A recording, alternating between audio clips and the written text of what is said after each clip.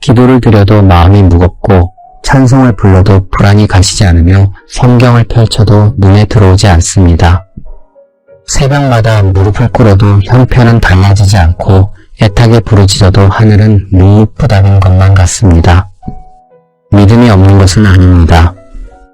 하나님을 의심하는 마음도 없습니다. 그런데 왜 이토록 마음이 불안한 것인지, 왜 이토록 걱정이 떠나지 않는 것인지 스스로도 이해가 되지 않을 때가 있습니다. 밤마다 이불을 덮고 누우면 내일 일이 걱정되고 자녀 걱정에 잠이 오지 않으며 건강 걱정이 새벽녘까지 뒤척이게 됩니다. 분명히 하나님을 믿는데, 분명히 기도하고 있는데 왜 이 불안은 사라지지 않는 것인지 답답하셨던 적이 있으실 것입니다.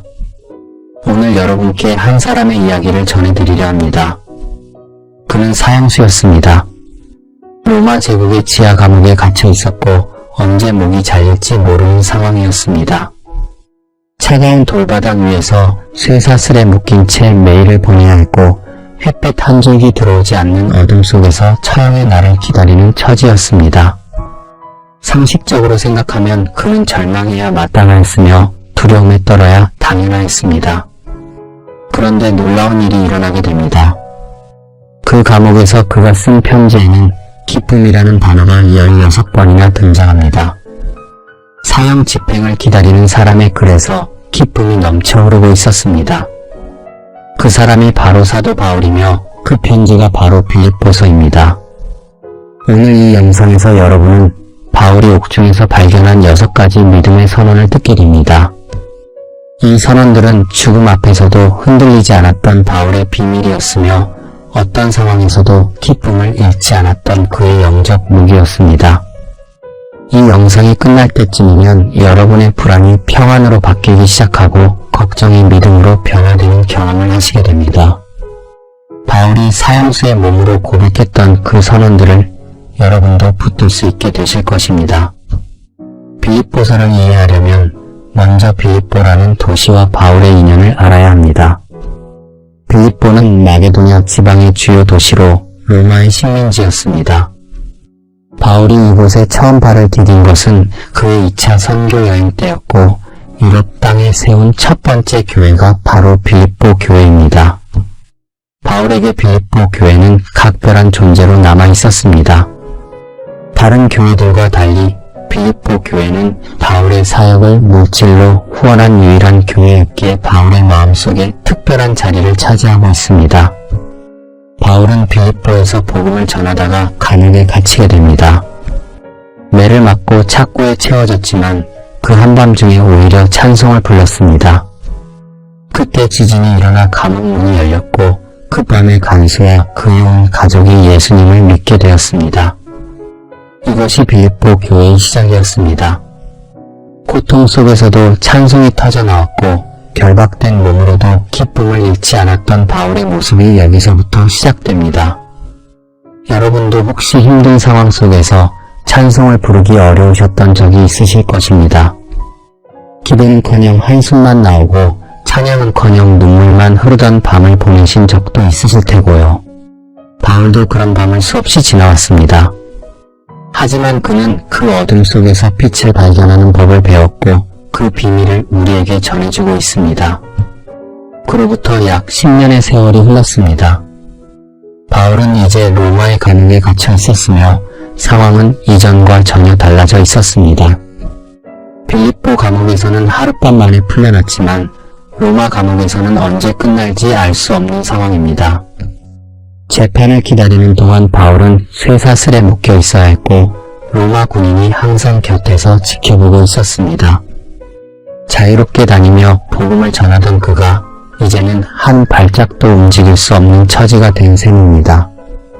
잠시 그 감옥의 모습을 떠올려 보시기 바랍니다.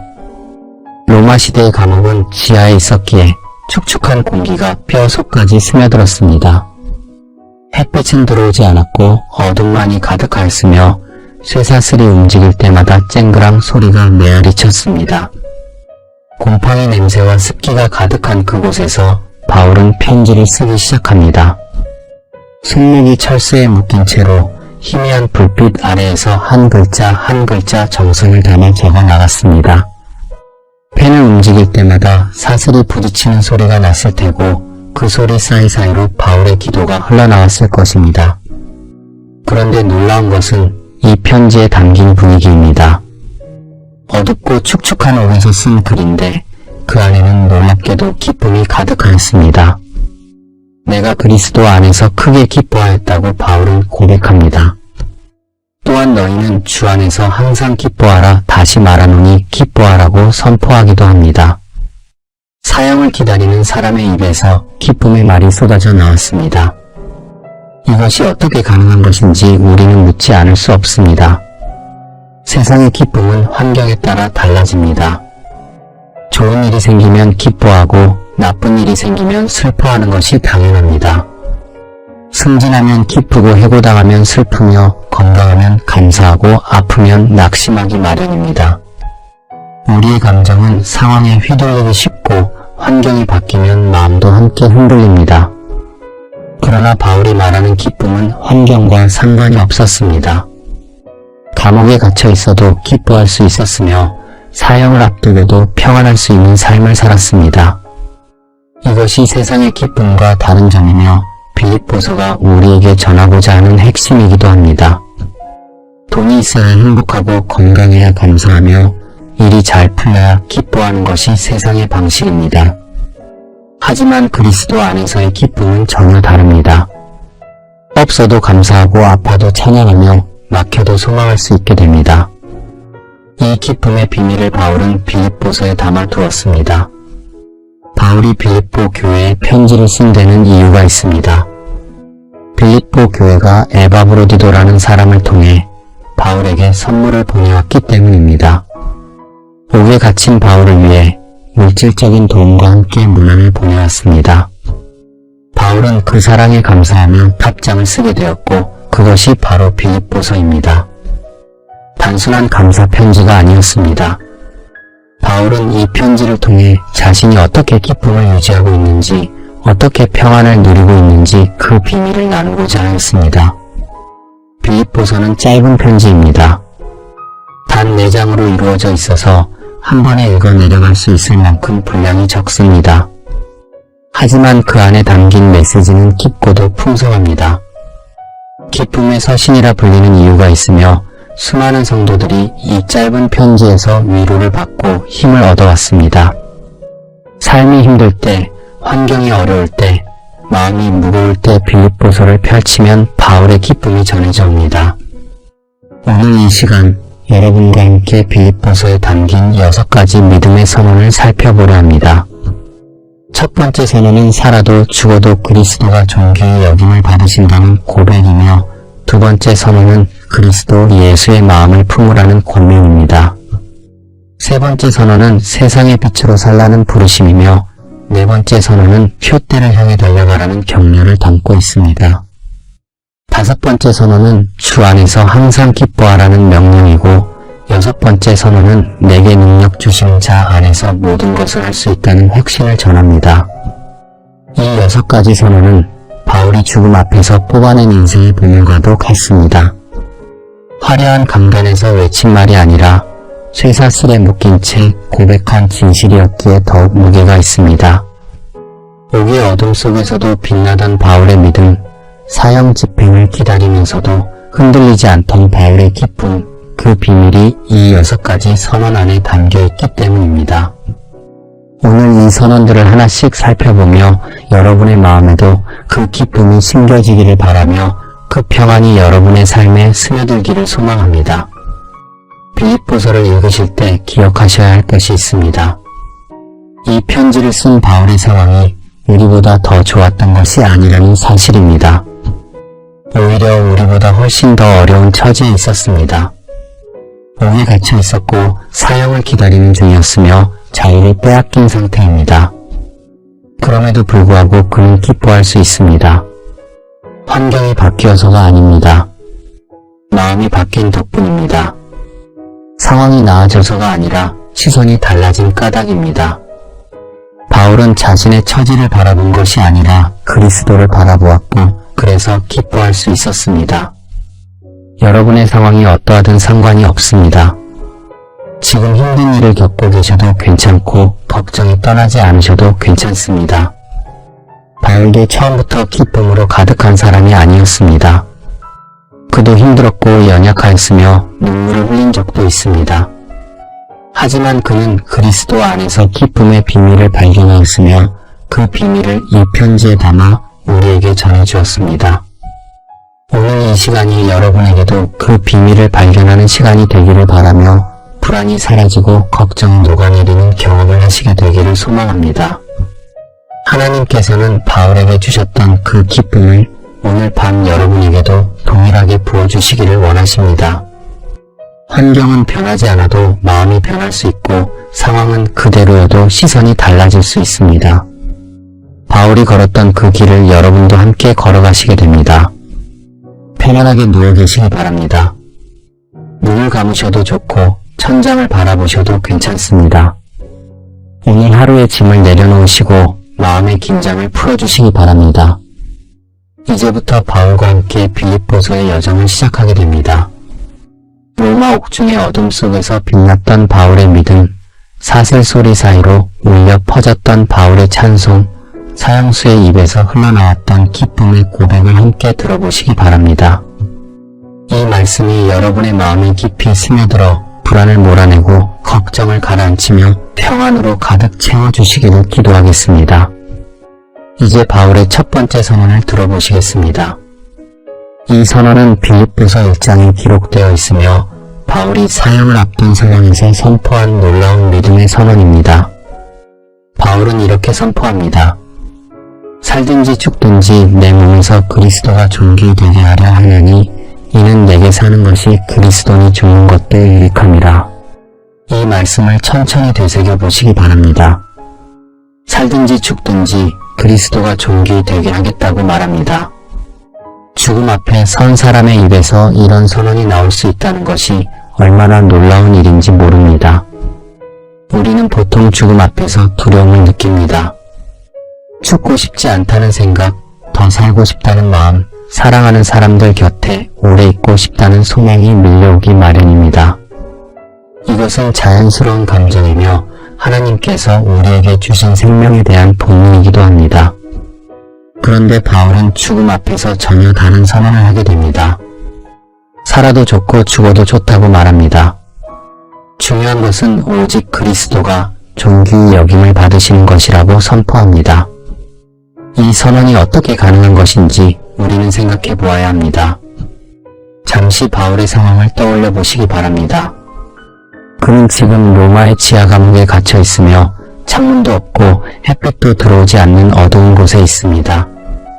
차가운 돌바닥 위에서 철새에 묶인 몸으로 언제 끌려가 목이 잘릴지 모르는 상황이었습니다. 보통 사람이라면 이런 상황에서 공포에 떨거나 살려달라고 애원하거나 분노와 원망으로 가득 찼을 수 있습니다. 그러나 바울의 입에서는 전혀 다른 말이 흘러나옵니다. 살아도 죽어도 상관없다는 고백, 오직 그리스도만 높이겠다는 선언이 나오고 있습니다. 이것은 억지로 짜낸 말이 아니며 남들에게 보여주기 위한 과장도 아닙니다. 바울의 마음 깊은 곳에서 우러나온 진실한 선포입니다.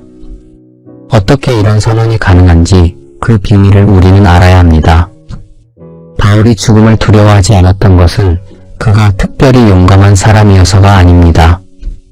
그가 감정이 없는 사람이어서도 아니었습니다. 바울도 우리와 같은 연약한 인간입니다.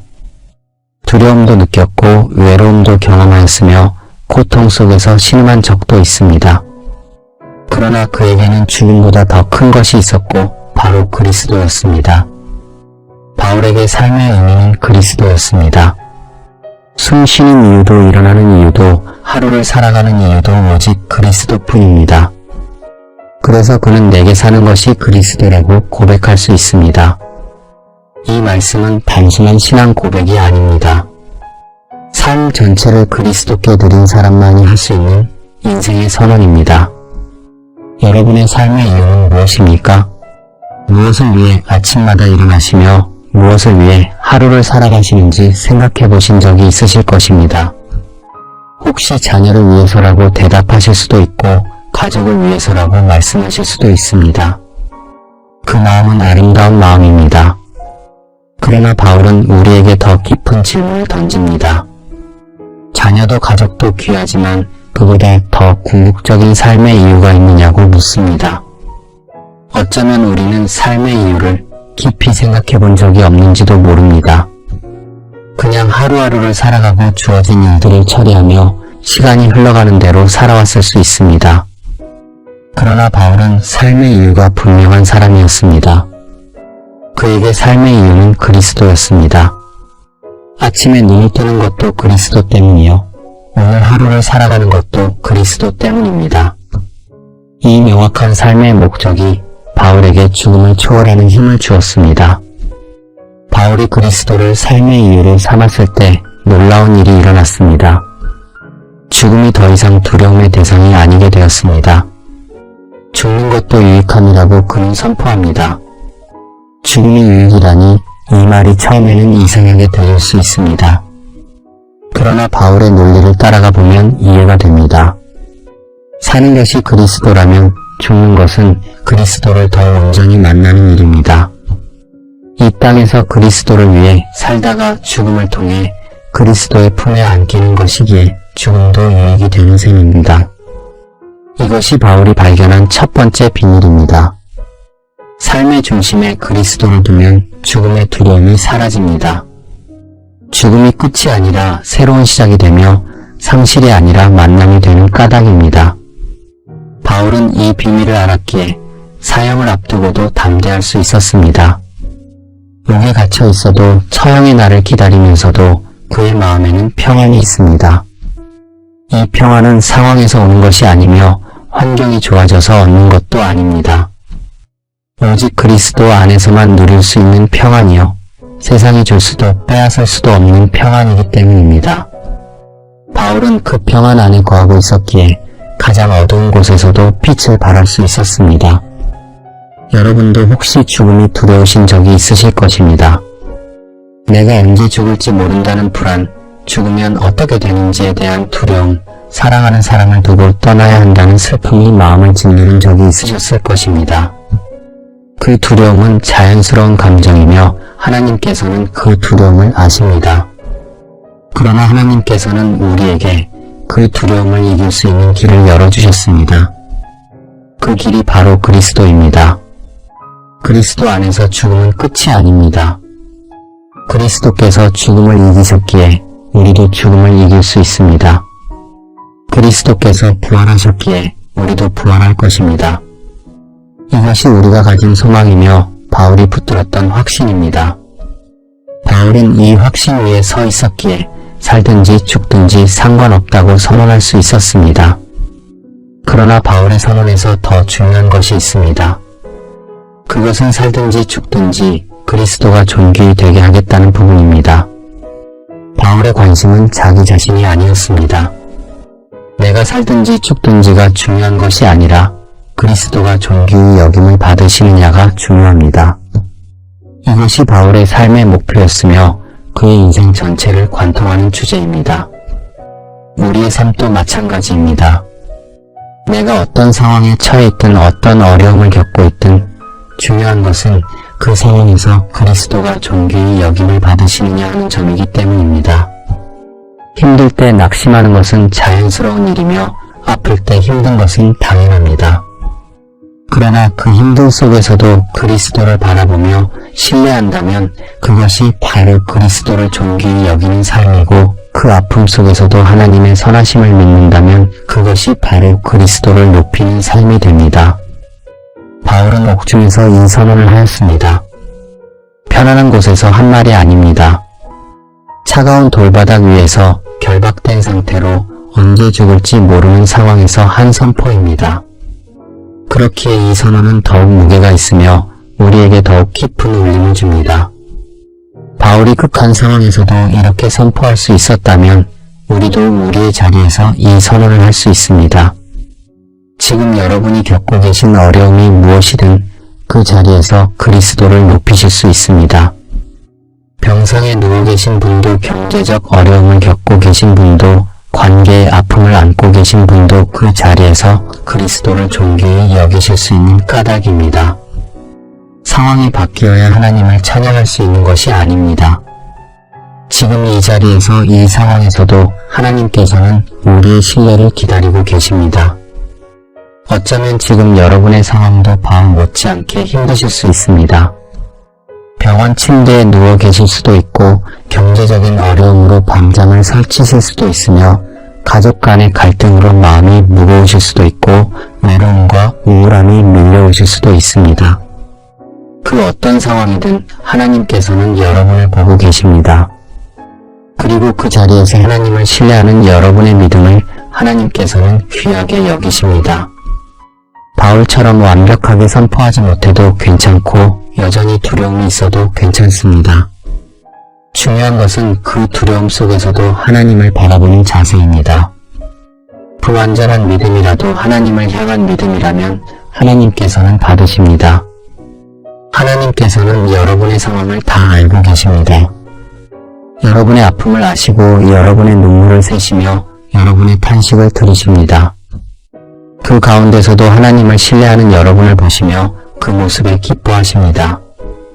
바울이 옥중에서 주님을 높였을 때 기뻐 받으셨던 것처럼 여러분이 어려움 속에서도 주님을 높일 때 아버지께서는 크게 기뻐하시며 받으십니다. 바울의 첫 번째 선언을 다시 한번 마음에 새겨보시기 바랍니다. 살든지 죽든지 내 몸에서 그리스도가 존귀 되게 하려 하나니 이는 내게 사는 것이 그리스도니 죽는 것도 유익함이라. 이 선언을 여러분의 선언으로 삼으실 수 있기를 소망합니다. 내게 사는 것이 그리스도라고, 그래서 죽는 것도 두렵지 않다고, 살든지 죽든지 오직 그리스도만 높이겠다고 선포하실 수 있기를 바랍니다.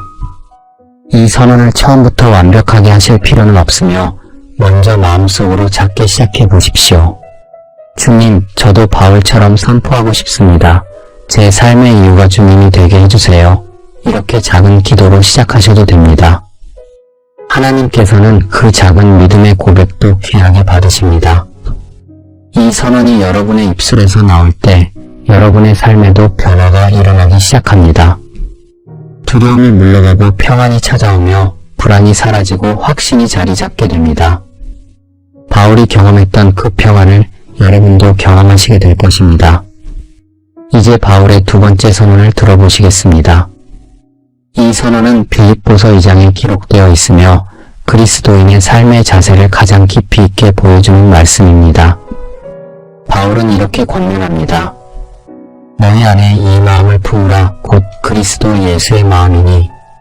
그리스도 예수의 마음을 품으라는 말씀이며 이것을 천천히 마음에 새겨보시기 바랍니다. 예수님의 마음을 내 안에 품으라는 말씀입니다. 단순히 예수님을 믿는 것을 넘어서 예수님의 마음 자체를 내 마음으로 삼으라는 권면입니다. 그렇다면 그리스도 예수의 마음은 어떤 마음인지 살펴보겠습니다. 바울은 이어서 이렇게 설명합니다. 그는 근본 하나님의 본체신 하나님과 동등됨을 취할 것으로 여기지 아니하시고 오히려 자기를 비워 종의 형체를 가지사 사람들과 같이 되셨고 사람의 모양으로 나타나사 자기를 낮추시고 죽기까지 복종하셨으며 곧 십자가에 죽으심이라. 이 말씀 안에 그리스도의 마음이 온전히 담겨 있습니다.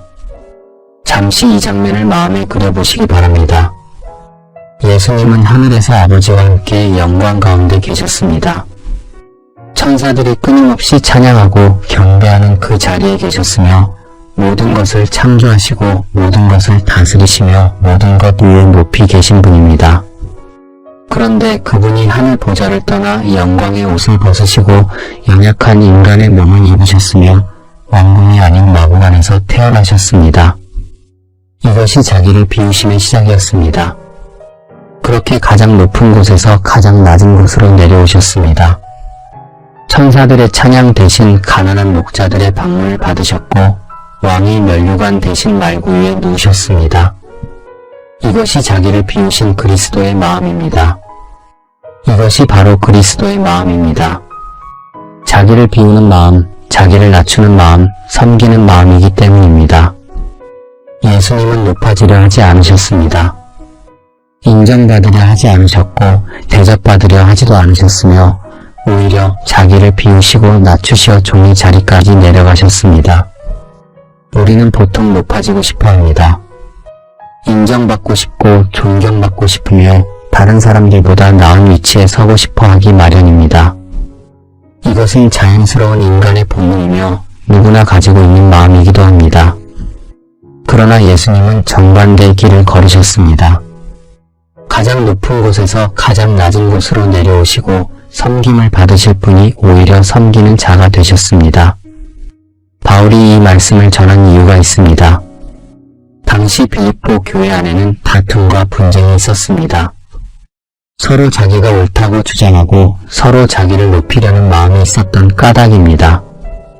바울은 그들에게 예수님의 마음을 품으라고 권면하였으며 너희도 예수님처럼 자기를 비우고 낮추라는 말씀이었습니다. 여러분의 삶 속에도 다툼이 있을 수 있습니다. 가정에서 배우자와 갈등이 있을 수 있고 자녀와의 관계에서 어려움을 겪고 계실 수도 있기 때문입니다. 직장에서 동료와 부딪히거나 교회 안에서 형제 자매와 마음이 맞지 않을 때도 있습니다. 이런 상황에서 우리는 어떻게 해야 하는지 바울의 권면을 들어야 합니다. 바울의 권면은 분명하며 그리스도 예수의 마음을 품으라는 말씀입니다.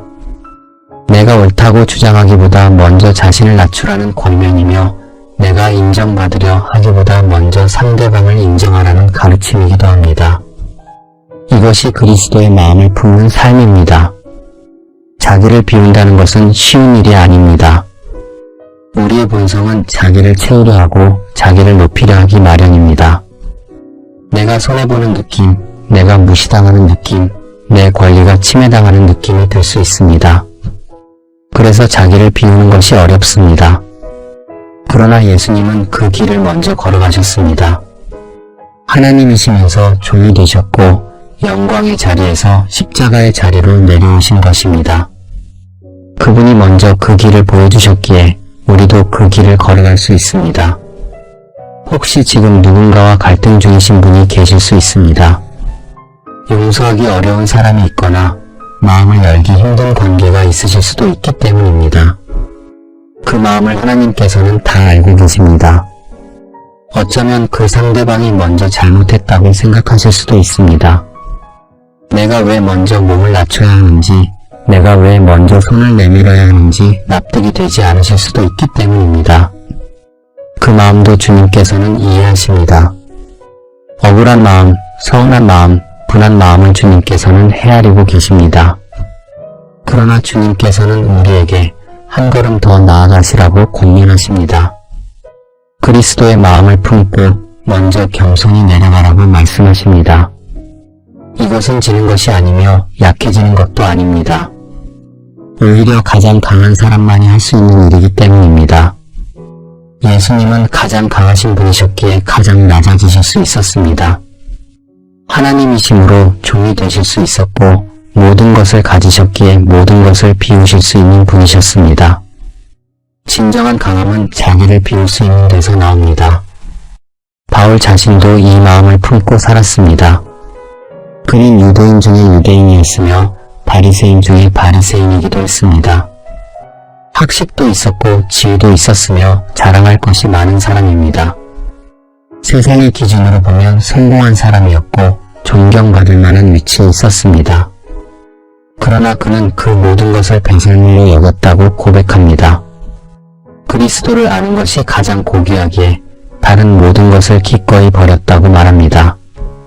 이것이 그리스도의 마음을 품은 삶의 모습입니다. 자기를 비운다는 것은 자기 가치를 부정하는 것이 아닙니다. 오히려 더 귀한 것을 위해 자기를 내려놓는 일이기 때문입니다. 예수님은 자신이 무가치해서 낮아지신 것이 아닙니다. 우리를 사랑하셨기에 낮아지셨고 우리를 구원하시기 위해 자기를 비우셨습니다. 사랑이 그 비움의 이유였습니다. 여러분이 누군가를 위해 자기를 낮출 때 그것은 사랑의 표현입니다. 여러분이 가치 없어서가 아니라 사랑하기에 낮아지는 것이기 때문입니다. 배우자를 위해 한 발 물러설 때, 자녀를 위해 내 고집을 내려놓을 때 그 모습을 보시며 하나님께서는 기뻐하십니다. 예수님의 낮아지심은 거기서 끝나지 않았습니다. 죽기까지 복종하셨으며 그것도 십자가의 죽으심이라고 성경은 기록합니다. 십자가는 가장 수치스러운 죽음이었습니다. 로마 시대의 십자가형은 가장 흉악한 범죄자에게만 내려지는 형벌이었으며 유대인에게 나무에 달린 자는 저주받은 자였습니다. 예수님은 그 자리까지 내려가셨으며 하나님의 아들이 저주받은 자의 자리에 서시고 영광의 왕이 수치의 십자가에 달리셨습니다.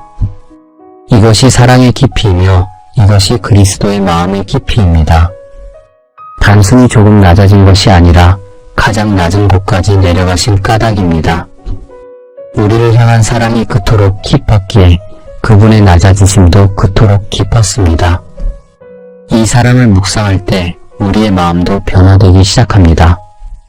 그리스도의 마음을 품는다는 것은 하루아침에 되는 일이 아닙니다. 매일 조금씩 연습하고 훈련해야 합니다. 처음에는 어색하고 힘들 수 있습니다. 내 안의 자존심이 반발하고 내 안의 분노가 치밀어 오를 수도 있기 때문입니다. 그러나 포기하지 마시기 바랍니다.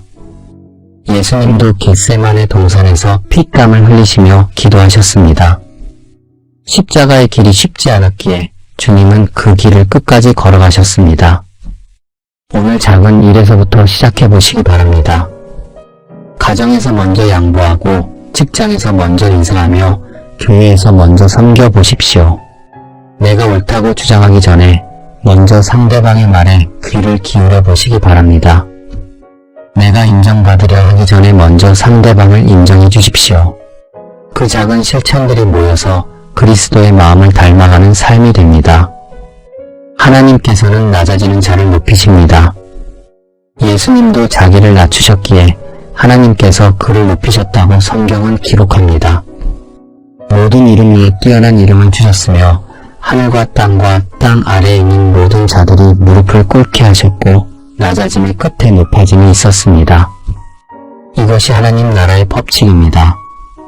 세상은 높아지려는 자가 높아진다고 말합니다. 자기를 내세우고 자기를 드러내야 성공한다고 가르칩니다. 그러나 하나님 나라에서는 다릅니다. 낮아지는 자가 높아지고 섬기는 자가 큰 자가 됩니다. 예수님께서 친히 이 길을 보여주셨고 하나님께서 그 길을 확증해 주셨습니다. 여러분도 이 길을 걸어가실 수 있습니다. 처음에는 손해보는 것 같고 억울한 것 같지만 하나님께서는 그 마음을 아십니다. 스스로 낮추는 여러분을 하나님께서 높이실 것이며 섬기는 여러분을 하나님께서 세워주실 것입니다. 이것이 하나님의 약속이요 하나님 나라의 원리입니다. 여러분이 자기를 낮출 때 하나님께서 여러분을 높이실 것입니다. 사람들 앞에서 높아지는 것이 아닐 수 있습니다. 그러나 하나님 앞에서 귀한 자가 되며 하나님의 마음에 기쁨이 되는 삶을 살게 됩니다. 이것이 그리스도의 마음을 품는 자에게 주어지는 복입니다. 바울의 두 번째 선언을 다시 한번 마음에 새겨보시기 바랍니다. 너희 안에 이 마음을 품으라 곧 그리스도 예수의 마음이니. 이 선언을 여러분의 삶에 적용해 보십시오. 오늘 하루 누군가에게 먼저 겸손해지는 연습을 해보시기 바랍니다. 작은 일에서부터 시작하시면 됩니다. 그 작은 실천이 여러분의 삶을 그리스도의 삶으로 변화시켜 갈 것입니다. 이제 바울의 세 번째 선언으로 나아가겠습니다. 이 선언은 그리스도의 마음을 품은 자가 어떻게 세상 속에서 살아가야 하는지를 보여주는 말씀입니다. 바울은 이렇게 권면합니다. 모든 일을 원망과 시비가 없이 하라. 이는 너희가 흠이 없고 순전하여 어그러지고 거스르는 세대 가운데서 하나님의 흠 없는 자녀로 세상에서 그들 가운데 빛들로 나타내며 생명의 말씀을 밝게 하려 함이라. 이 말씀을 천천히 마음에 새겨보시기 바랍니다. 바울은 빌립보 교인들에게 세상의 빛이 되라고 말합니다. 해와 별들처럼 빛을 발하는 존재가 되라는 권면입니다. 어둠 속에서 빛나는 별처럼 이 세상 가운데서 하나님의 빛을 비추라는 말씀이기도 합니다. 잠시 밤하늘을 떠올려 보십시오. 깜깜한 밤, 칠흑 같은 어둠 속에서 별들이 빛나고 있습니다. 별빛은 강하지 않습니다. 해처럼 눈부시게 밝지도 않으며 온 세상을 환하게 비추지도 못합니다. 그러나 별빛은 어둠 속에서 길을 잃은 자에게 방향을 알려주는 빛이 됩니다. 작지만 분명한 빛, 은은하지만 사라지지 않는 빛, 그것이 별빛입니다. 옛날 항해사들은 별을 보고 방향을 찾았습니다. 망망대해에서 길을 잃었을 때 그들이 의지한 것은 하늘의 별빛이었습니다. 별은 스스로를 드러내려고 빛나지 않습니다. 다만 그 자리에서 묵묵히 빛을 발할 뿐이며 그 빛이 누군가에게는 생명의 길이 되기도 합니다. 하나님께서는 우리에게도 그런 존재가 되라고 말씀하십니다. 바울은 우리에게 그런 존재가 되라고 말합니다. 세상을 바꾸는 큰 영향력을 행사하라는 것이 아닙니다. 대단한 일을 하라는 것도 아니며 모든 사람의 주목을 받으라는 뜻도 아닌 까닭입니다. 다만 어둠 속에서 빛을 잃지 않는 존재, 흔들리는 세상 가운데서 흔들리지 않는 존재, 그런 사람이 되라는 권면입니다. 여러분의 삶은 지금 어떤 빛을 내고 있습니까? 혹시 세상의 어둠에 물들어 빛을 잃어버리지는 않으셨는지 돌아보시기 바랍니다. 주변 사람들과 똑같이 원망하고 똑같이 시비하며 똑같이 불평하고 있지는 않은지 돌아보십시오. 바울은 원망과 시비가 없이 모든 일을 하라고 권면하며 이것이 빛이 되는 첫 번째 조건입니다. 원망은 우리의 빛을 가리는 먹구름과 같습니다. 불평은 우리의 빛을 흐리게 만드는 안개와도 같기에 아무리 좋은 신앙을 가지고 있어도 입에서 원망이 나오면 그 빛은 사라지게 됩니다. 아무리 오래 믿음 생활을 했어도 시비와 다툼이 끊이지 않으면 세상은 우리의 빛을 보지 못합니다. 우리는 때로 원망할 이유가 있다고 생각합니다. 삶이 불공평하게 느껴질 때, 노력한 만큼 결과가 나오지 않을 때, 선한 일을 했는데 오히려 손해를 볼 때 원망이 올라오는 것은 자연스러운 감정입니다. 그러나 하나님께서는 그 자연스러운 감정을 넘어서라고 말씀하십니다.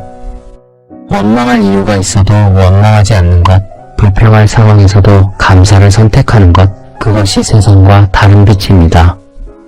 바울이 이 말씀을 전할 때 빌립보 교회 안에도 분쟁이 있었습니다. 유오디아와 순두계라는 두 여인 사이에 갈등이 있었고 서로 다투는 마음이 있었던 까닭입니다. 바울은 그들에게 같은 마음을 품으라고 권면하였으며 교회 안에서조차 원망과 시비가 있었기에 이 말씀을 전하였습니다.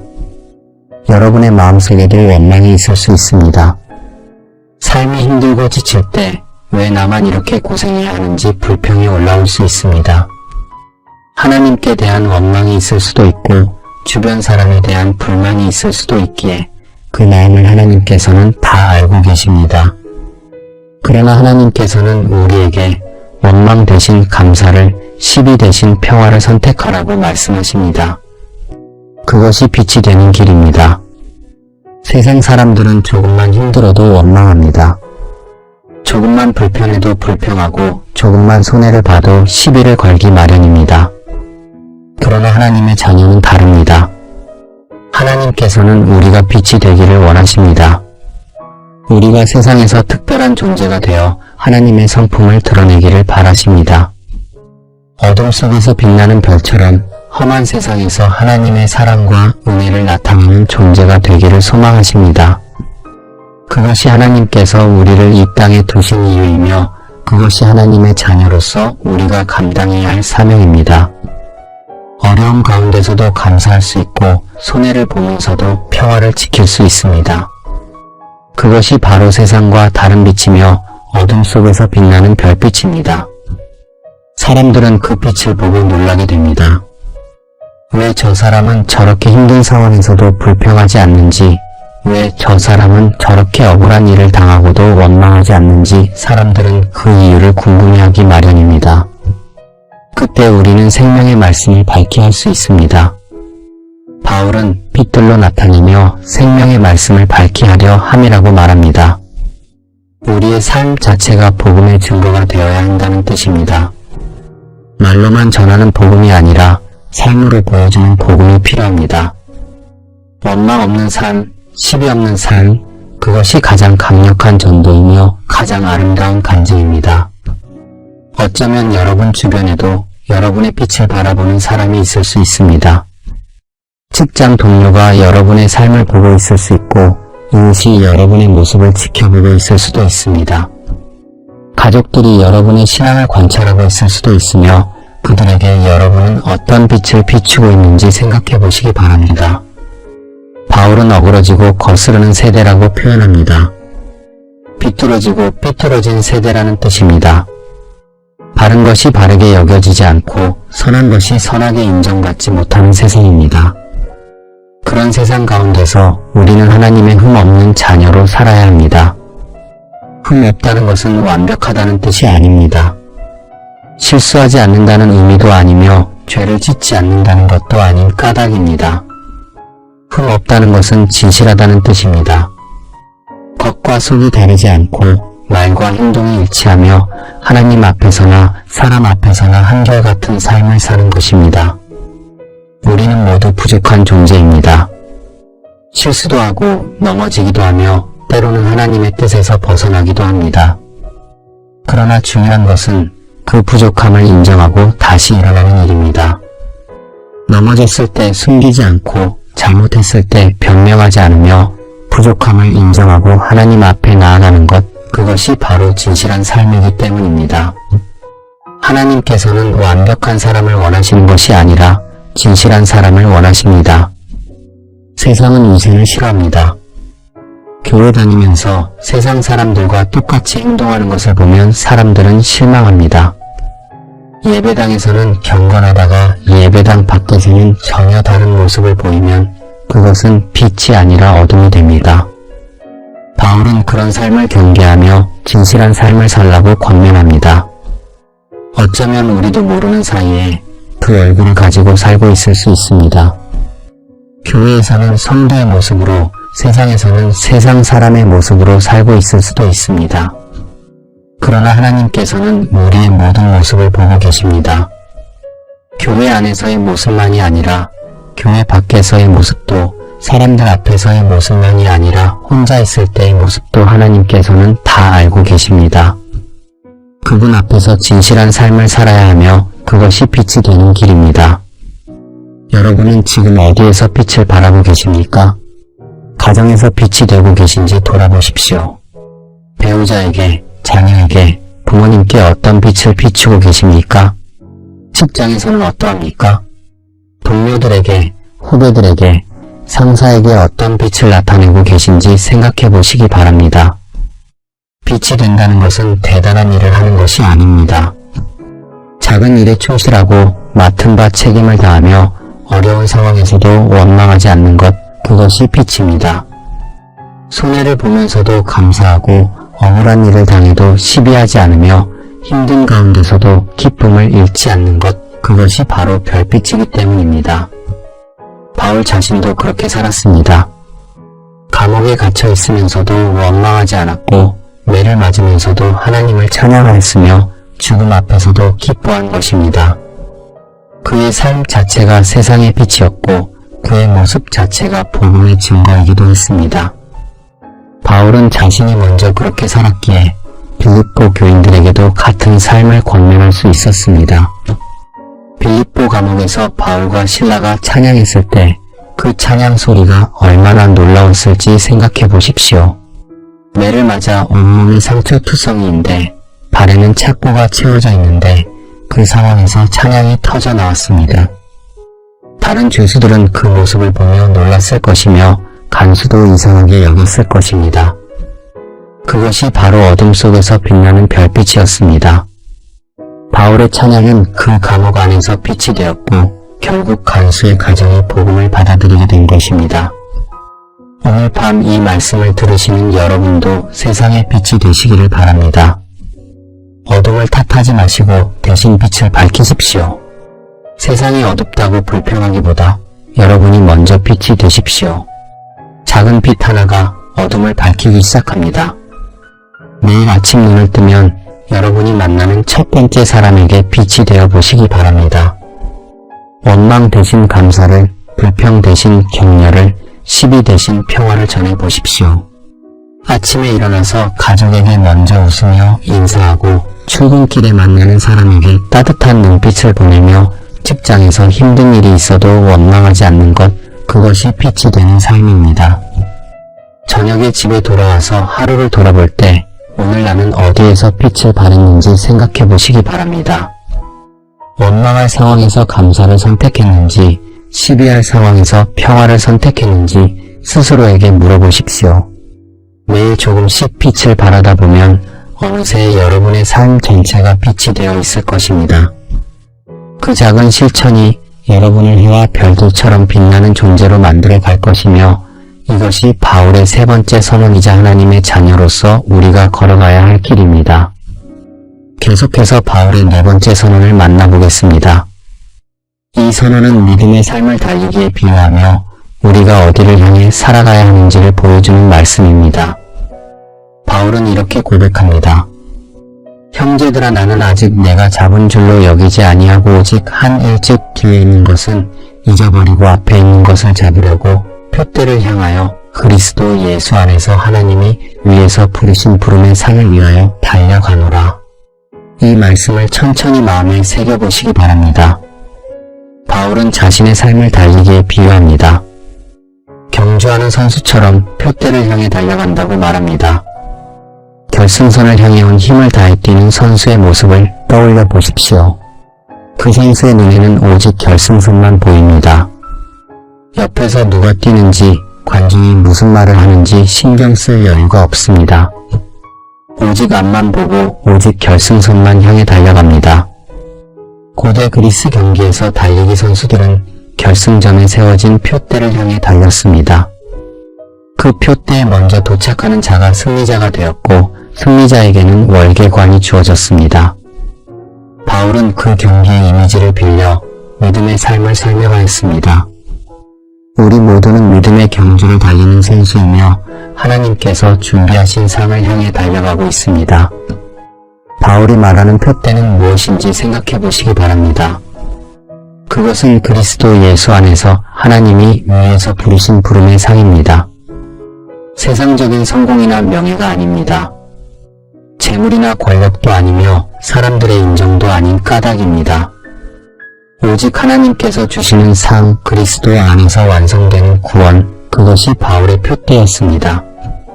여러분의 삶에는 어떤 표대가 있습니까? 무엇을 향해 달려가고 계십니까? 어쩌면 뚜렷한 목표 없이 하루하루를 살아가고 계실 수도 있습니다. 삶에 지쳐서 달려갈 힘조차 없다고 느끼실 수도 있습니다. 그러나 하나님께서는 우리 모두에게 표대를 주셨습니다. 위에서 부르신 부름이 있으며 그 부름을 향해 달려가라고 말씀하십니다. 바울의 고백 중에 주목할 부분이 있습니다. 나는 아직 내가 잡은 줄로 여기지 아니하고라는 말씀입니다. 바울은 위대한 사도였습니다. 수많은 교회를 세웠고 복음을 전하기 위해 목숨을 걸었으며 성령의 감동으로 신약 성경의 많은 부분을 기록한 사람입니다. 그런 바울이 아직 다 이루지 못했다고 고백합니다. 이것은 겸손의 표현이기도 하지만 동시에 끊임없이 앞으로 나아가겠다는 의지의 표현이기도 합니다. 바울은 이미 이룬 것에 만족하지 않았습니다. 과거의 업적에 안주하지 않았으며 지금까지 달려온 것으로 충분하다고 생각하지 않았습니다. 여전히 더 달려가야 할 길이 있다고 믿었고 그 길을 향해 계속 나아갔습니다. 우리도 마찬가지이기에 오래 믿었다고 해서, 많이 봉사했다고 해서 이제 충분하다고 생각해서는 안 되는 까닭입니다. 믿음의 경주는 죽는 날까지 계속되기 때문입니다. 결승선은 이 땅에 없으며 우리가 주님을 만나는 그날이 진정한 결승선입니다. 그날까지 우리는 계속 달려가야 합니다. 바울은 또한 이렇게 말합니다. 뒤에 있는 것은 잊어버리고 앞에 있는 것을 잡으려고. 이 말씀이 우리 마음에 깊이 와닿습니다. 뒤에 있는 것을 잊어버리라는 것입니다. 과거에 얽매이지 말라는 권면이며 지나간 일에 붙잡혀 있지 말라는 말씀입니다. 여러분의 과거에는 어떤 것들이 있습니까? 혹시 과거의 실패가 여러분을 붙잡고 있지는 않은지 돌아보시기 바랍니다. 예전에 저지른 잘못, 돌이킬 수 없는 실수, 후회되는 선택들이 마음을 무겁게 하고 있을 수 있습니다. 그 기억들이 여러분을 괴롭히고 앞으로 나아가지 못하게 막고 있을 수도 있기에 바울의 고백이 더욱 마음에 와닿습니다. 바울도 과거가 있었습니다. 그는 교회를 핍박했던 사람이었으며 그리스도인들을 잡아 가두고 죽이는 일에 앞장섰던 사람이기도 합니다. 스데반이 돌에 맞아 죽을 때 바울은 그 자리에서 지켜보며 찬송하였고 그의 과거는 피를 물들어 있었습니다. 만약 바울이 그 과거에 붙잡혀 있었다면 그는 아무것도 할 수 없었을 것이며 위대한 사도가 되지도 못했습니다. 그러나 바울은 과거를 잊어버리기로 선택하였습니다. 물론 기억에서 완전히 지워버렸다는 뜻은 아니며 바울은 자신의 과거를 여러 차례 언급하기도 합니다. 그러나 그 과거가 자신을 정의하지 않도록 했습니다. 과거의 죄책감이 자신을 무너뜨리지 않도록 했으며 대신 앞에 있는 것을 향해 나아갔습니다. 과거를 잊는다는 것은 과거의 교훈까지 버리라는 뜻이 아닙니다. 과거에서 배울 것은 배우되 과거에 붙잡혀 있지 말라는 것입니다. 실패에서 교훈을 얻되 실패 자체에 머물러 있지 말라는 말씀입니다. 하나님께서는 우리의 과거를 통해 우리를 가르치시지만 과거에 우리를 가두어 두시지는 않습니다. 오히려 과거의 아픔을 딛고 일어나 새로운 미래를 향해 나아가기를 원하십니다. 여러분도 과거를 내려놓으시기 바랍니다. 과거의 실패가 여러분의 오늘을 결정하지 않으며 과거의 죄가 여러분의 미래를 가로막지 못합니다. 하나님께서 용서하신 것을 여러분이 계속 붙잡고 있을 필요가 없습니다. 하나님께서 잊으신 것을 여러분이 기억하며 괴로워할 필요도 없는 까닭입니다. 동시에 과거의 영광도 내려놓아야 합니다. 바울에게는 자랑할 만한 과거도 있었습니다. 유대인 중에 유대인, 바리새인 중에 바리새인이었으며 율법으로는 흠이 없는 사람이기도 했습니다. 그러나 바울은 그것조차 배설물로 여겼습니다. 과거의 업적에 안주하지 않았고 이미 이룬 것에 만족하지 않았습니다. 우리도 과거의 영광에 머물러서는 안 됩니다. 예전에 열심히 믿었던 때, 뜨겁게 헌신했던 시절, 그때의 모습에 안주해서는 안 되기 때문입니다. 하나님께서는 과거의 우리가 아니라 오늘의 우리와 함께 하시기를 원하시며 지금 이 순간 새롭게 달려가기를 바라십니다. 표대를 향해 달려간다는 것은 집중을 의미합니다. 달리는 선수는 집중입니다. 옆을 보지 않고 뒤를 돌아보지 않으며 오직 앞만 봅니다. 우리의 삶도 마찬가지입니다. 세상의 많은 것들이 우리의 시선을 빼앗으려 합니다. 걱정과 염려가 우리를 붙잡으려 하고 세상의 유혹이 우리를 흔들려 하기 마련입니다. 그러나 표대를 향해 달려가는 자는 그 어떤 것에도 흔들리지 않습니다. 바울이 이 편지를 쓸 때 그는 감옥에 있었습니다. 자유롭게 달릴 수 있는 상황이 아니었지만 몸은 갇혀 있어도 그의 영혼은 여전히 달리고 있었기에 상황이 어떠하든 환경이 어떠하든 바울은 표대를 향한 달리기를 멈추지 않았습니다. 이것이 우리에게 주는 교훈이 있습니다. 달리기는 반드시 몸으로만 하는 것이 아닙니다. 마음으로도 달릴 수 있으며 영혼으로도 달릴 수 있습니다. 병상에 누워 있어도 집에 갇혀 있어도 우리는 표대를 향해 달려갈 수 있습니다. 기도로 달리고 말씀 묵상으로 달리며 믿음으로 한 걸음씩 나아가면 됩니다. 상황이 우리의 달리기를 막을 수는 없는 까닭입니다. 여러분의 상황이 어떠합니까? 몸이 아프거나 경제적으로 어려움을 겪고 있거나 관계에서 힘든 일이 있을 수 있습니다. 그러나 그 상황이 여러분의 달리기를 멈추게 할 수는 없습니다. 환경은 달라져도 표대는 변하지 않습니다.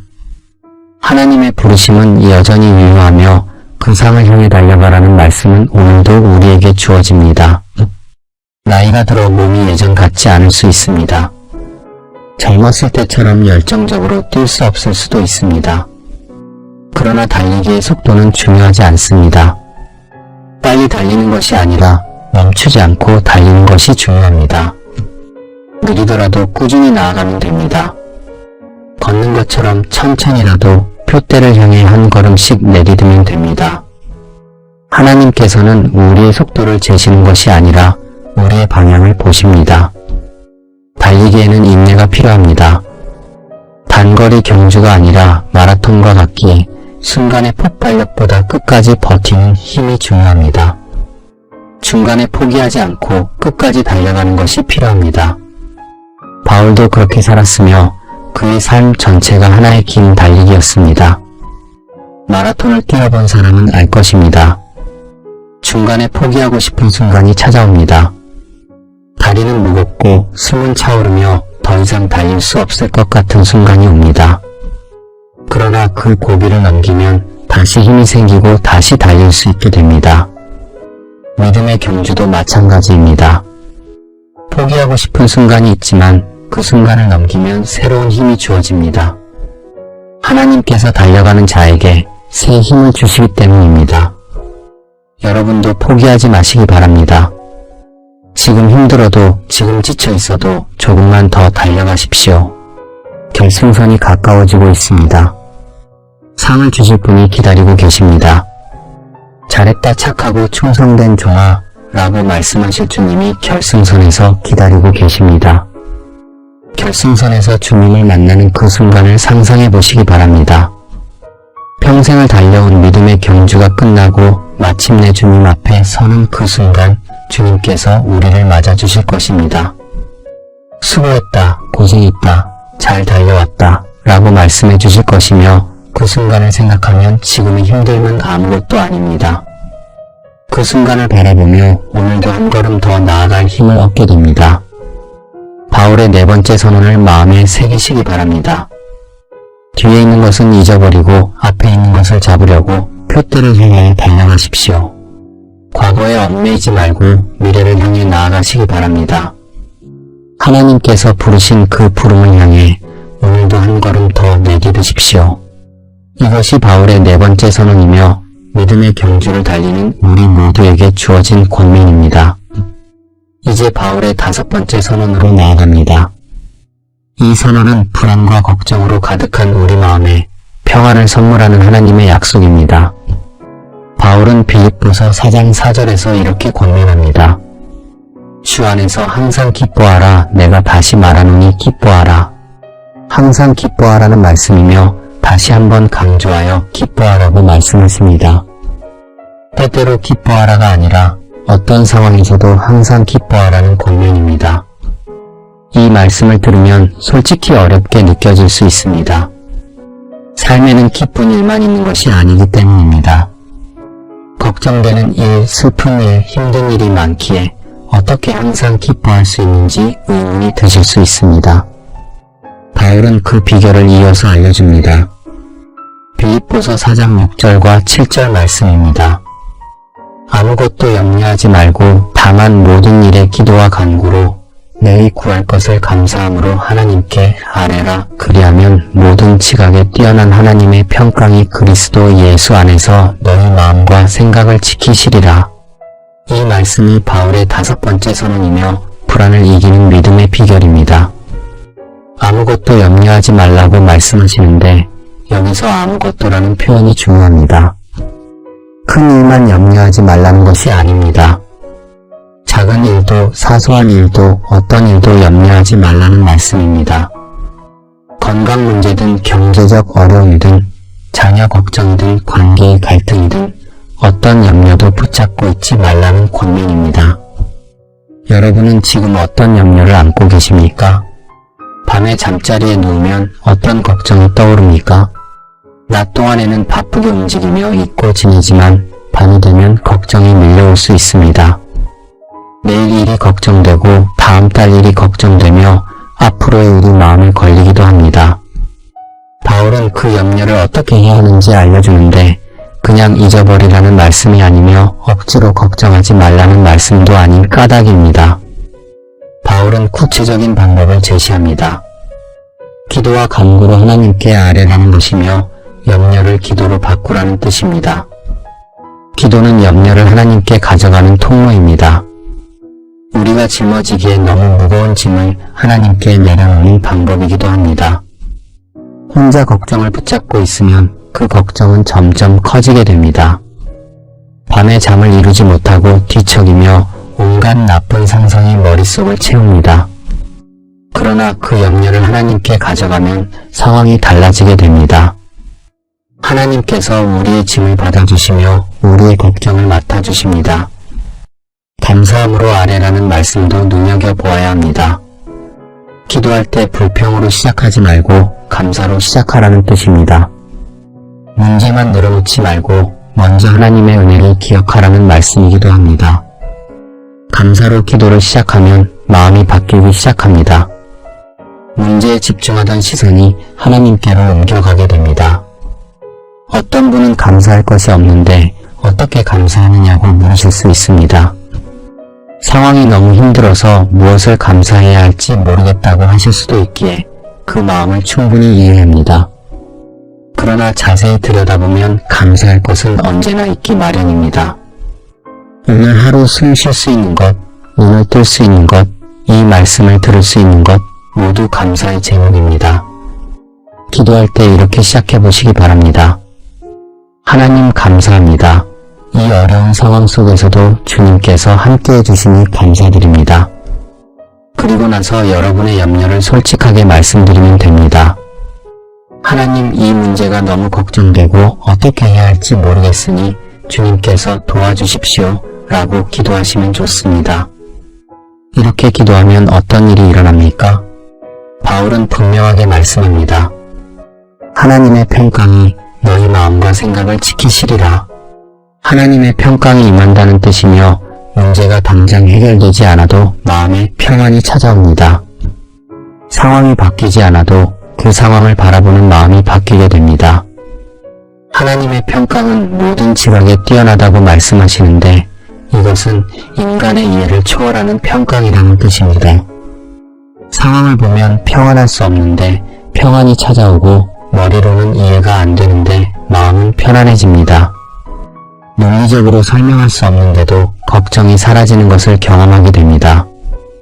이것이 하나님께서 주시는 평강의 특징입니다. 세상이 주는 평안과 하나님이 주시는 평강은 다릅니다. 세상의 평안은 문제가 해결되어야 찾아옵니다. 돈이 생기면 편안해지고 건강해지면 마음이 모이며 관계가 회복되면 안심이 됩니다. 그러나 이런 평안은 상황이 바뀌면 다시 사라지고 새로운 문제가 생기면 평안도 함께 무너지게 됩니다. 하나님의 평강은 다릅니다. 문제가 해결되지 않아도 찾아오는 평강입니다. 상황이 바뀌지 않아도 마음에 임하는 평강이며 환경에 좌우되지 않는 평강이기 때문입니다. 이 평강은 오직 하나님과의 관계 안에서만 경험할 수 있습니다. 기도를 통해 하나님께 나아갈 때 이 평강이 우리 마음에 임하게 됩니다. 이 평강이 우리의 마음과 생각을 지킨다고 말씀하십니다. 마음은 우리의 감정이며 생각은 우리의 이성입니다. 염려는 우리의 감정을 흔들고 우리의 생각을 어지럽힙니다. 걱정이 시작되면 감정이 불안해지고 생각이 복잡해집니다. 온갖 부정적인 상상이 떠오르고 최악의 시나리오가 머릿속을 맴돕니다. 그러나 하나님의 평강은 감정과 생각을 모두 보호해줍니다. 마치 파수꾼이 성문을 지키듯 하나님의 평강이 우리 내면을 지켜주십니다. 불안한 감정이 밀려와도 평강이 그것을 막아줍니다. 부정적인 생각이 떠올라도 평강이 그것을 물리쳐줍니다. 이것이 하나님께서 약속하신 평강의 능력입니다. 바울이 이 말씀을 쓸 때 그는 감옥에 있었습니다. 언제 재판을 받을지 어떤 결과가 나올지 알 수 없는 상황이기도 했습니다. 바울에게도 염려할 이유가 충분히 있었지만 그는 염려 대신 기쁨을 선택한 것입니다. 자신이 직접 경험한 비결을 빌립보 교회 성도들에게 나누어 준 셈입니다. 바울은 감옥에서도 기도하며 자신의 염려를 하나님께 아뢰었고 감사함으로 기도하였습니다. 그리고 하나님의 평강을 경험하였기에 이 말씀을 확신 있게 권면할 수 있었습니다. 바울의 권면은 이론이 아니라 삶에서 검증된 진리입니다. 바울은 이 비결을 자신만 알고 있지 않았습니다. 사랑하는 빌립보 교회 성도들에게 전해주었으며 그 말씀이 오늘 우리에게까지 전해진 것입니다. 2000년 전 감옥에서 쓴 편지가 오늘 밤 여러분의 마음을 닫고 있습니다. 이것이 말씀의 능력이며 이것이 복음의 생명력입니다. 염려하는 것은 자연스러운 감정이며 걱정이 생기는 것 자체가 죄는 아닙니다. 문제는 그 염려를 어떻게 다루느냐에 있습니다. 염려를 혼자 붙잡고 있으면 그것은 우리를 짓누릅니다. 그러나 염려를 기도로 바꾸면 그것은 하나님을 만나는 기회가 됩니다. 여러분께 실천할 수 있는 한 가지를 제안합니다. 오늘 밤 잠자리에 들기 전에 여러분의 염려 목록을 떠올려 보시기 바랍니다. 지금 걱정되는 것들을 하나씩 마음속에서 꺼내 보십시오. 그리고 그 염려를 하나하나 기도로 하나님께 아뢰어 보시기 바랍니다. 건강이 걱정되신다면 하나님 제 건강을 주님께 맡깁니다. 라고 기도하십시오. 경제적인 어려움이 있다면 하나님 이 문제를 주님 손에 올려드립니다. 라고 아뢰시기 바랍니다. 자녀가 걱정되신다면 하나님 제 자녀를 주님께 의탁합니다. 라고 고백하시고 관계에 갈등이 있다면 하나님 이 관계를 주님께 맡깁니다. 라고 기도하시면 됩니다. 이렇게 하나씩 염려를 하나님께 올려드리면 마음이 점점 가벼워지는 것을 느끼실 것입니다. 짐을 내려놓은 사람처럼 홀가분해지는 것을 경험하게 됩니다. 이것이 기도의 능력이며 이것이 염려를 기도로 바꿀 때 일어나는 변화입니다. 하나님 이 문제를 주님께 맡깁니다. 이 걱정을 주님 손에 올려드립니다. 이렇게 기도하고 나면 마음이 가벼워지는 것을 느끼실 것입니다. 염려의 짐을 내려놓고 평안한 가운데 잠들 수 있게 됩니다. 주 안에서 항상 기뻐하라는 말씀이 이제 조금 다르게 들리실 수 있습니다. 상황 때문에 기뻐하는 것이 아니라 주 안에서 기뻐하는 것입니다. 환경이 좋아서 기뻐하는 것이 아니라 하나님의 평강 안에서 기뻐하는 것이기 때문입니다. 이 평강 안에 거하면 어떤 상황에서도 기뻐할 수 있습니다. 바울의 5번째 선언을 마음에 새기시기 바랍니다. 아무것도 염려하지 말고 기도와 간구로 하나님께 아뢰십시오. 그러면 하나님의 평강이 여러분의 마음과 생각을 지켜주실 것입니다. 이것이 불안한 시대를 사는 우리에게 주어진 복음의 능력입니다. 걱정이 밀려올 때마다 이 말씀을 기억하시기 바랍니다. 염려가 찾아올 때마다 기도를 응답하시고 불안이 엄습할 때마다 하나님께 아뢰십시오. 그러면 하나님의 평강이 여러분을 지켜주실 것이며 어떤 상황에서도 기뻐할 수 있는 힘을 얻게 될 것입니다. 여러분은 혼자가 아닙니다. 하나님께서 함께 하시며 여러분의 기도를 들으십니다. 염려를 혼자 감당하게 하지 마시고 하나님께 가져가시기 바랍니다. 그분은 여러분의 짐을 기꺼이 받아주시며 평강으로 여러분을 채워주실 것입니다. 주 안에서 항상 기뻐하라는 말씀이 여러분의 삶에서 실현되기를 축복합니다. 마지막으로 바울의 6번째 선언을 살펴보겠습니다. 이 선언은 빌립보서의 가장 유명한 말씀 중 하나이며 많은 분들이 암송하고 계신 구절이기도 합니다. 빌립보서 4장 13절 말씀입니다. 내게 능력 주시는 자 안에서 내가 모든 것을 할 수 있느니라.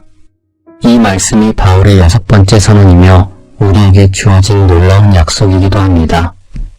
내게 능력 주시는 자 안에서 모든 것을 할 수 있다고 말씀합니다. 이 고백이 얼마나 담대한지 생각해 보시기 바랍니다.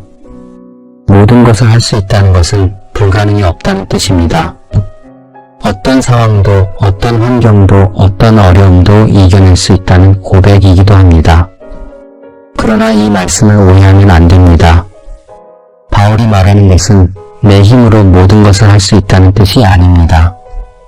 내 능력으로 무엇이든 해낼 수 있다는 자신감이 아니며 인간의 의지력을 강조하는 말씀도 아닌 까닭입니다.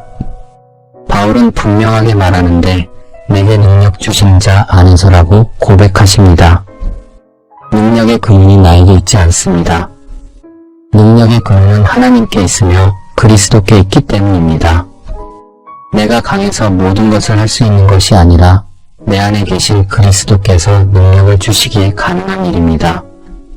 이것이 이 말씀의 핵심이며 우리가 붙잡아야 할 진리입니다. 여기서 능력이라는 단어를 자세히 살펴볼 필요가 있습니다. 헬라어로 디나미스라고 하는데 이 단어에서 다이너마이트라는 영어 단어가 나왔습니다. 폭발적인 힘, 강력한 능력을 의미합니다. 하나님께서 우리에게 주시는 능력은 이처럼 강력합니다. 어떤 장애물도 뚫을 수 있는 힘이며 어떤 벽도 허물 수 있는 능력입니다. 이 능력은 우리가 만들어내는 것이 아닙니다. 기도를 많이 한다고 생기는 것도 아니며 신앙생활을 오래 한다고 저절로 갖춰지는 것도 아닌 까닭입니다. 이 능력은 오직 그리스도 안에서만 주어집니다. 그리스도와 연결될 때 그분의 능력이 우리에게 흘러들어옵니다. 바울이 이 고백을 남겼을 때 그의 손에는 여전히 쇠사슬이 채워져 있었고 몸은 자유롭지 못한 상황이기도 했습니다. 세상의 눈으로 보면 바울은 아무것도 할 수 없는 처지였으며 감옥에 갇힌 사람이 할 수 있는 일은 많지 않습니다. 그러나 바울은 모든 것을 할 수 있다고 고백합니다. 이것이 믿음의 역설입니다. 세상의 눈으로는 아무것도 할 수 없는 상황에서 믿음의 눈으로는 모든 것을 할 수 있습니다. 내 힘이 다했을 때 하나님의 능력이 시작되며 내가 약해질 때 그리스도의 능력이 나타납니다. 바울은 고린도 후서에서 이렇게 고백하였는데 내가 약할 그때의 강함이라고 말씀하였습니다. 여러분의 삶은 어떠합니까? 지금 무엇인가를 해야 하는데 힘이 없다고 느끼십니까? 해결해야 할 문제가 있는데 능력이 부족하다고 느끼시거나 감당해야 할 일이 있는데 도저히 감당할 수 없다고 생각되십니까? 그렇다면 이 말씀이 여러분을 위한 말씀입니다. 내 힘으로 안 되는 일이 있습니다. 내 능력으로 해결할 수 없는 문제가 있으며 내 의지로 이겨낼 수 없는 상황도 있기 마련입니다. 그러나 내게 능력 주시는 자 안에서는 모든 것이 가능합니다. 하나님의 능력 안에서는 불가능이 없으며 그리스도의 힘 안에서는 이겨내지 못할 것이 없습니다. 어떤 분은 이렇게 생각하실 수 있습니다. 나는 믿음이 약해서 이런 능력을 경험할 수 없다고 생각하실 수도 있기에 그러나 이 능력은 믿음이 강한 사람에게만 주어지는 것이 아닙니다. 오히려 약한 사람, 부족한 사람, 힘든 사람에게 더 필요한 능력입니다. 내가 약할 때 하나님이 강하게 역사하시기 때문입니다. 바울은 이 말씀 바로 앞에서 자족의 비결을 고백하였습니다. 비천에 처할 줄도 알고 풍부에 처할 줄도 알며 배부름과 배고픔, 풍부와 궁핍에도 처할 줄 아는 일체의 비결을 배웠다고 한 것입니다. 그리고 그 비결이 무엇인지 밝히는데 내게 능력 주시는 자 안에서 모든 것을 할 수 있다는 것입니다. 어떤 상황에서도 자족할 수 있는 비결, 어떤 환경에서도 평안할 수 있는 비결, 그것은 바로 그리스도의 능력을 의지하는 일입니다. 내 힘으로 버티는 것이 아니라 그리스도의 능력으로 버티는 것이며 내 의지로 견디는 것이 아니라 하나님의 힘으로 견디는 까닭입니다. 많은 분들이 힘들어하십니다. 삶의 무게가 너무 무겁다고 하시며 감당해야 할 일은 많은데 힘은 부족하다고 하십니다. 그래서 지치고 낙심하고 포기하고 싶어지기도 합니다. 그러나 여러분, 혼자 힘으로 감당하려 하지 마십시오. 여러분 안에 계신 그리스도의 능력을 의지하시기 바랍니다. 나이가 들수록 체력이 떨어지고 기억력도 예전 같지 않습니다. 젊었을 때는 할 수 있었던 일들이 이제는 힘에 부치기도 합니다. 그러나 육체의 힘이 약해질수록 영적인 능력은 더 강해질 수 있습니다. 내 힘이 줄어들수록 하나님의 능력을 더 의지하게 되기 때문입니다. 바울도 육체의 가시가 있었습니다. 그것이 무엇인지 성경은 정확히 알려주지 않지만 바울을 괴롭히는 약점이 있기도 했습니다. 바울은 그것을 없애달라고 3번이나 기도하였지만 하나님은 다르게 응답하셨습니다. 내 은혜가 내게 족하다.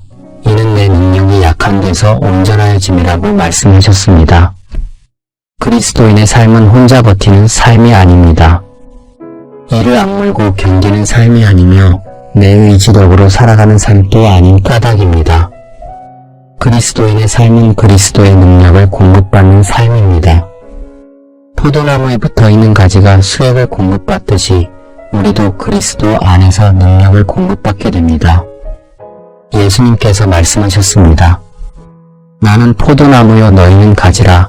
그가 내 안에 내가 그 안에 거하면 사람이 열매를 많이 맺나니 나를 떠나서는 너희가 아무것도 할 수 없음이라. 나를 떠나서는 아무것도 할 수 없다고 말씀하신 것입니다. 그러나 그분 안에 거하면 열매를 많이 맺을 수 있습니다.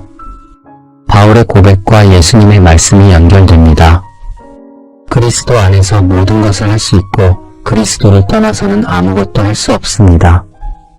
능력의 근원은 그리스도이시며 우리는 그분 안에 거할 때 능력을 얻게 되기에 이것이 그리스도인의 삶의 비결입니다. 여러분께 묻고 싶은 것이 있는데 지금 무엇이 힘드십니까? 어떤 일이 감당하기 어려우십니까? 그 일을 혼자 힘으로 해결하려 하고 계신지 아니면 그리스도의 능력을 의지하고 계신지 돌아보시기 바랍니다. 혼자 힘으로 하려 하면 지칩니다. 그러나 그리스도의 능력을 의지하면 새 힘을 얻게 됩니다. 이사야서에 이런 말씀이 있습니다. 오직 여호와를 앙망하는 자는 새 힘을 얻으리니 독수리가 날개치며 올라감 같을 것이요 다른 박질알도 곤비하지 아니하겠고 걸어가도 피곤하지 아니하리로다. 여호와를 앙망하는 자는 새 힘을 얻습니다. 지쳐도 다시 일어나고 쓰러져도 다시 달릴 수 있습니다. 독수리는 높은 곳에서 바람을 타고 납니다. 자기 힘으로 계속 날갯짓하는 것이 아니라 상승 기류를 타고 올라갑니다. 우리도 마찬가지입니다. 내 힘으로 계속 버티는 것이 아니라 하나님의 능력을 타고 올라가는 것입니다. 지칠 때마다 하나님을 앙망하면 새 힘을 얻게 됩니다. 바울은 감옥에서도 이 능력을 경험하였습니다. 쇠사슬에 묶여 있어도 이 영혼은 자유로웠으며 몸은 갇혀 있어도 마음은 기뻐한 것입니다. 미래가 불확실해도 평안을 누렸으며 이 모든 것이 그리스도의 능력 안에서 가능한 일이었습니다. 여러분도 이 능력을 경험하실 수 있습니다. 지금 처한 상황이 아무리 어려워도 그리스도의 능력 안에서 이겨낼 수 있기 때문입니다. 감당해야 할 일이 아무리 무거워도 그리스도의 힘으로 감당할 수 있게 됩니다. 내게 능력 주시는 자 안에서 모든 것을 할 수 있는 까닭입니다. 이 선언을 여러분의 선언으로 삼으시기 바랍니다. 아침에 눈을 뜨면 이렇게 고백해 보십시오. 내게 능력 주시는 자 안에서 내가 모든 것을 할 수 있습니다. 힘든 일을 마주할 때도 이렇게 고백하시기 바랍니다. 내 힘으로는 안 되지만 내게 능력 주시는 자 안에서 할 수 있습니다. 밤에 잠자리에 들 때도 이 고백을 하시기 바랍니다. 오늘 하루도 내 힘이 아니라 그리스도의 능력으로 살았습니다. 내일도 그 능력으로 살아가겠다고 고백하십시오. 이렇게 고백하고 잠드시면 평안한 밤을 보내실 수 있습니다. 걱정과 염려가 밀려와도 이 고백이 여러분을 지켜줄 것입니다. 이 고백이 여러분의 삶을 바꾸게 됩니다. 포기하려던 일을 다시 시작하게 되고 불가능하다고 생각했던 일에 도전하게 되기도 합니다. 내 힘의 한계를 인정하되 그리스도의 능력은 무한하다는 것을 믿게 되며 이것이 바울의 6번째 선언이 주는 능력입니다. 바울은 이 능력으로 복음을 전하였습니다. 박해를 받아도 감옥에 갇혀도 죽음 앞에서도 복음을 전하였습니다. 그의 힘이 아니라 그리스도의 능력이었기에 가능한 일이었으며 우리도 이 능력으로 살아갈 수 있습니다. 일상의 삶에서, 직장에서, 가정에서 그리스도의 능력으로 살아가게 됩니다. 내게 능력 주시는 자 안에서 내가 모든 것을 할 수 있느니라. 이 선언을 마음 깊이 새기시기 바랍니다. 여러분은 약하고 부족해도 괜찮습니다. 그러나 그리스도 안에 거하십시오. 그분의 능력이 여러분을 통해 나타날 것이며 여러분이 상상하지 못했던 일들을 이루어 가실 것입니다. 오늘 밤 이 말씀을 들으시며 이 고백을 여러분의 고백으로 삼으시기 바랍니다. 내 힘으로는 안 되지만 내게 능력 주시는 자 안에서 모든 것을 할 수 있습니다. 이 선언이 여러분의 입술에서 터져 나오기를 바라며 이 믿음이 여러분의 삶을 변화시키기를 축복합니다. 오늘 밤 우리는 빌립보서를 통해 6가지 믿음의 선언을 함께 살펴보았습니다. 감옥에 갇힌 바울이 전해준 이 선언들은 불안한 시대를 살아가는 우리에게 큰 위로와 힘이 됩니다. 처음 이 말씀을 시작할 때 여러분께 이렇게 여쭤보았습니다. 밤에 잠자리에 누우면 걱정이 밀려오시는 분이 계실 것입니다. 내일 일이 걱정되고 건강이 걱정되며 가족이 걱정되어 잠들기 어려운 밤이 있으실 것입니다. 그런 분들을 위해 오늘 밤 이 말씀을 준비하였습니다. 바울은 감옥에서 이 편지를 썼습니다. 손에는 쇠사슬이 채워져 있었고 미래는 불확실한 상황이었습니다.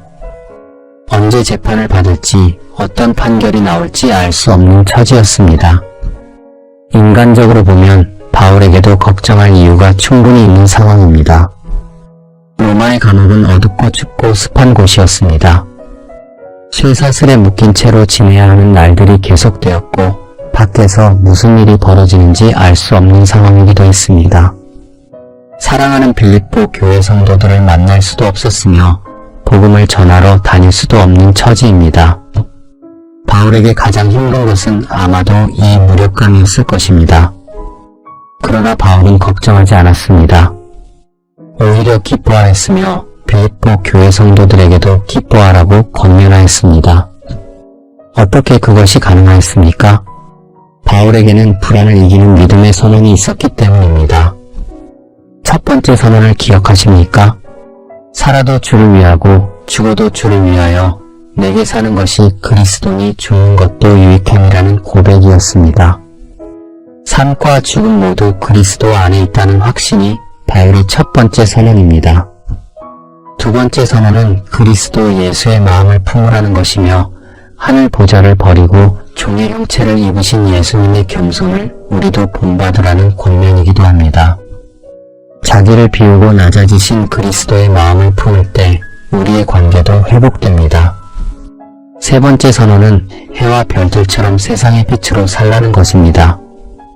어두운 세상 가운데서 빛을 발하는 것이 우리의 사명이고 생명의 말씀을 붙잡고 이 세상에서 빛나는 존재가 되라는 말씀입니다. 네 번째 선언은 표대를 향하여 달려가라는 것입니다. 뒤에 있는 것은 잊어버리고 앞에 있는 것을 향하여 달려가라는 권면이기도 합니다. 다섯 번째 선언은 아무것도 염려하지 말라는 것입니다. 염려를 기도로 바꾸면 하나님의 평강이 마음과 생각을 지켜주신다는 약속이고 걱정을 붙잡고 있지 말고 기도로 하나님께 아뢰라는 권면입니다. 여섯 번째 선언은 내게 능력 주시는 자 안에서 모든 것을 할 수 있다는 고백입니다. 내 힘이 아니라 그리스도의 능력으로 살아가는 것이 그리스도인의 삶의 비결이라는 것을 배웠습니다. 이 6가지 선언을 마음에 새기시기 바랍니다. 이 선언들은 2000년 전 바울의 고백이지만 오늘 밤 여러분의 고백이 될 수 있습니다. 바울이 감옥에서도 기뻐할 수 있었던 비결이 여러분에게도 동일하게 적용됩니다. 어떤 분은 이렇게 생각하실 수 있습니다. 바울은 특별한 사람이니까 그렇게 할 수 있었던 것 아니냐고 하실 수 있고 사도이자 위대한 신앙인이니까 가능한 일이었다고 여기실 수도 있습니다. 그러나 바울도 우리와 같은 연약한 사람이었습니다. 바울도 두렵고 떨리는 마음이 있었으며 걱정되는 일도 있기 마련입니다. 다만 바울은 그 걱정을 혼자 붙잡고 있지 않았습니다. 기도로 하나님께 가져갔으며 그리스도의 능력을 의지하였습니다. 바울이 특별해서가 아니라 바울이 의지한 하나님이 특별하신 분이기 때문입니다. 그 하나님이 오늘 밤 여러분과도 함께 하시며 여러분의 기도를 들으십니다. 여러분의 삶에 어떤 불안이 있습니까? 건강 문제로 걱정되시는 분이 계실 수 있습니다. 경제적인 어려움으로 밤잠을 설치시는 분도 계실 것이며 자녀 문제로 마음이 무거우신 분도 계실 것입니다. 관계의 갈등으로 힘드신 분, 미래가 불확실하여 두려우신 분도 계시기 마련입니다. 그 모든 불안 앞에서 오늘 배운 선언을 기억하시기 바랍니다. 내게 사는 것이 그리스도니 죽는 것도 유익함이라고 고백하십시오. 아무것도 염려하지 말고 기도와 간구로 하나님께 아뢰시며 내게 능력 주시는 자 안에서 모든 것을 할 수 있다고 선포하시기 바랍니다. 이 선언들이 여러분의 입술에서 터져나올 때 불안은 물러나기 시작합니다. 걱정이 기도로 바뀔 때 하나님의 평강이 찾아옵니다.